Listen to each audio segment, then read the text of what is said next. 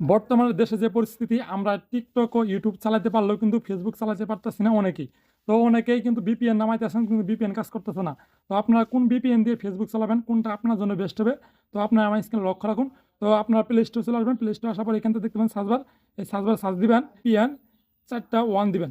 4টা 1 দিলেই আপনার সামনে প্রথম যে বিপিএনটা আসবে দেখতে পারতেছেন 1.11। তো আপনার এটার উপর ক্লিক দিবেন। এরপর এখান থেকে আপনি ইনস্টল করে নেবেন, আমি এটা অলরেডি ইনস্টল করে নিছি। তো আপনার ইনস্টল করে নেওয়ার পর এখান থেকে ওপেন আসবে, ওপেনের উপর চাপ দিবেন। ওপেনের উপর ক্লিক দেওয়ার পর এখানে আপনাকে বলতেছে, এখানে দেখতে পাচ্ছেন এটা অফ আছে, আপনার এটা অন করে দিবেন। কিছুক্ষণ সময় লাগবে আপনার বিপিএনটি অন হতে। এরপর দেখতে পারবেন কানেক্টেড, আমার বিপিএন কিন্তু অলরেডি কানেক্ট হয়ে গেছে। এটা কিন্তু ফ্রি ভার্সন, কোনো পেড ভার্সন না। তো কোনো ঝামেলা হবে না।